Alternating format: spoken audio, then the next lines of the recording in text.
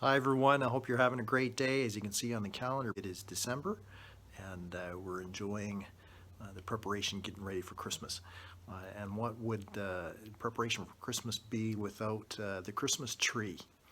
And so here's a fond memory for you about Christmas trees, and remember the point. We can get distracted by good things and forget the important thing.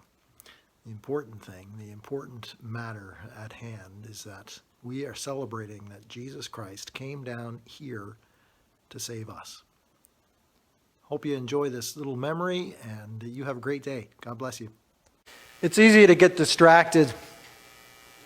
It's easy for me to get distracted, especially this time of year. I think I often, my mind wanders a bit to some good times that have been had in the past.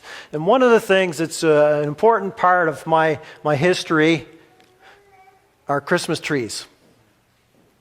I brought a chunk of a Christmas tree. I didn't bring the whole thing.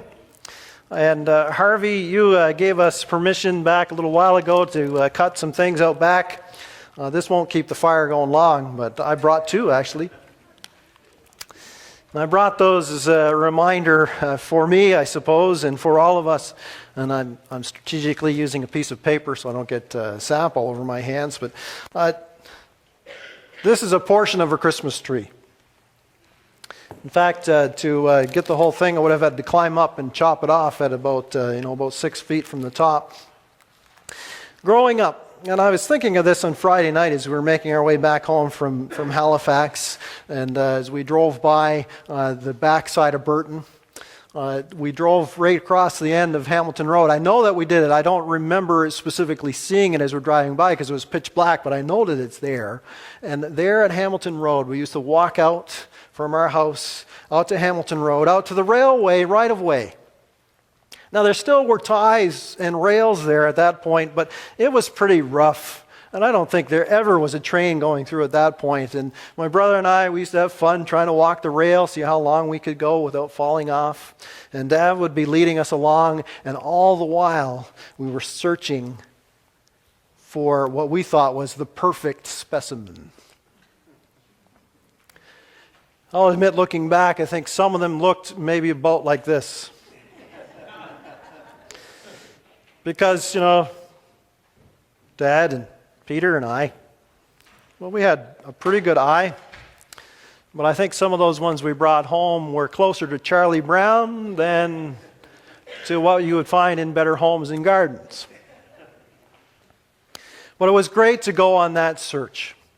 And we'd walk down and we'd try our hardest. And I think, I'm not sure on this, but I think it may be the reason why Dad got into growing his own Christmas trees.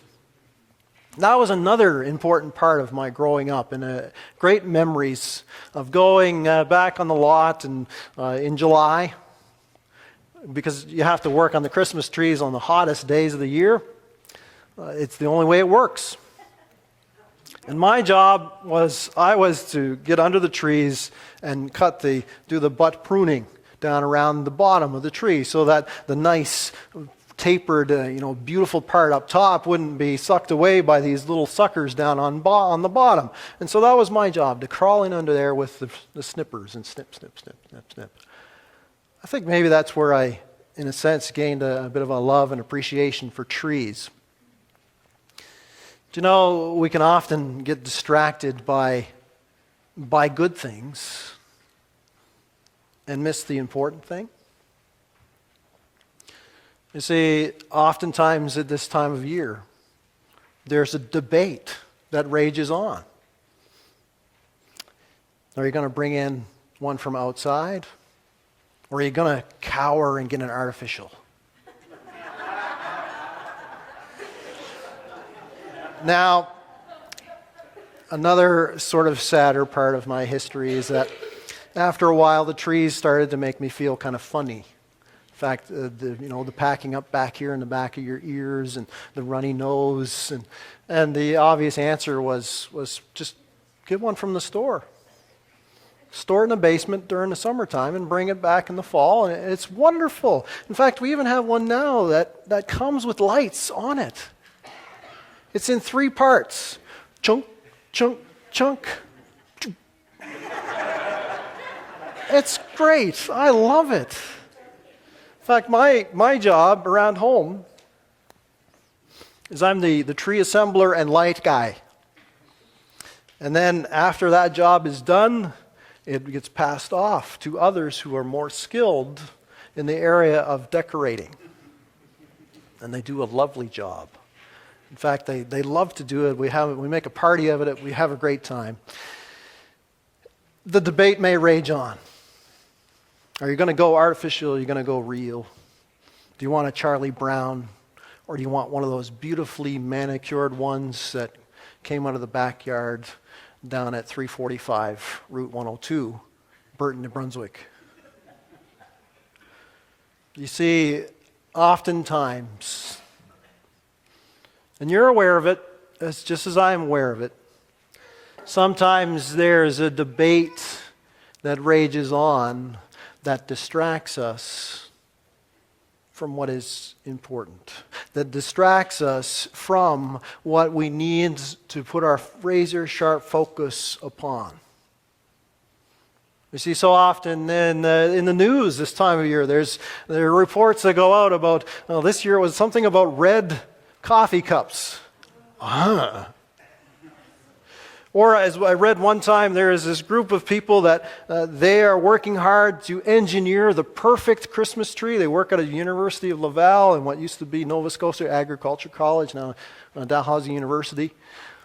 And they're trying to engineer the perfect Christmas tree that won't drop its needles, that has a perfect color. And they work hard on this. And as I read that, I thought again of this whole fact. We celebrate Christmas for a specific reason. We read about it right here. God Himself has come to us to save us. As we celebrate Christmas, as we put up the tree and we put on the lights, and maybe as we hear about those little debates that go on, let's not get distracted.